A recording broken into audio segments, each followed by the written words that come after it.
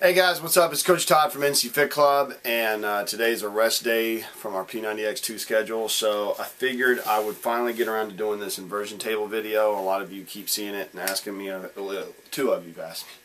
I guess that's a lot. But anyway, I've had several back issues, nothing serious, but just from playing basketball and different things like that.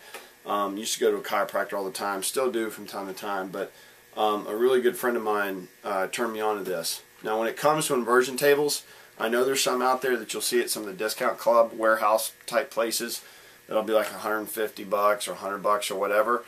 I'm just going to be honest with you, I think you get what you pay for, and when it comes to hanging upside down and trusting that something's going to hold you upside down, I think I'd put the extra money into something that you know is going to be sturdy.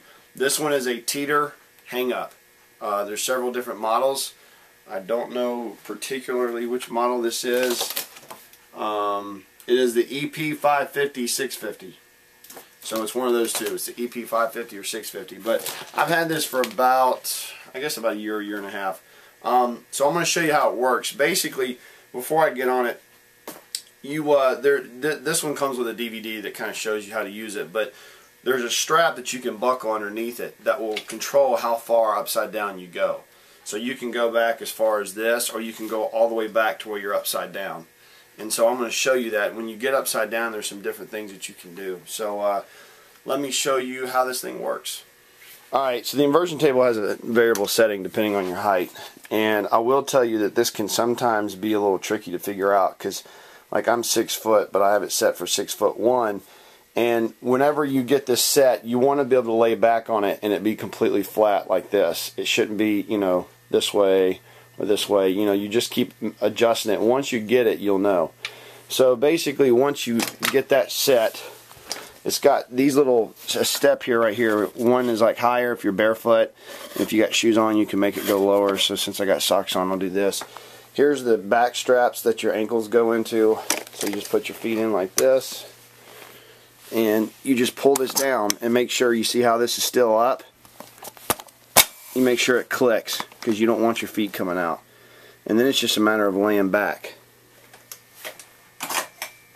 Alright, so once you got it locked into place, when you put your head back, and again I don't have shoes on, you should be able to start off being fairly flat. Okay, your arms control. If I put my arms down, it comes up. If I raise my arms, you can raise one arm to get it to go a little ways back. Raise the other arm, it'll go all the way back. Okay? So basically your arms, and the first time you do this, it's going to be a little freaky, I'm going to tell you.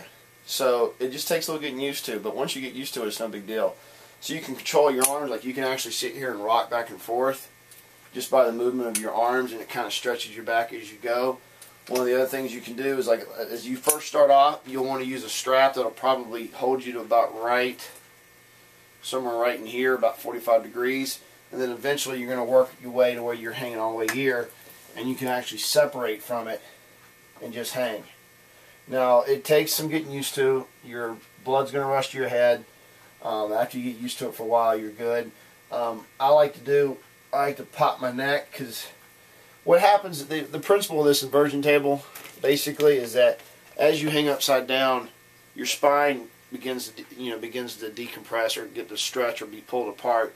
You know, so if you've got tension in your back, the gravity is going to kind of pull it, straighten out your spine.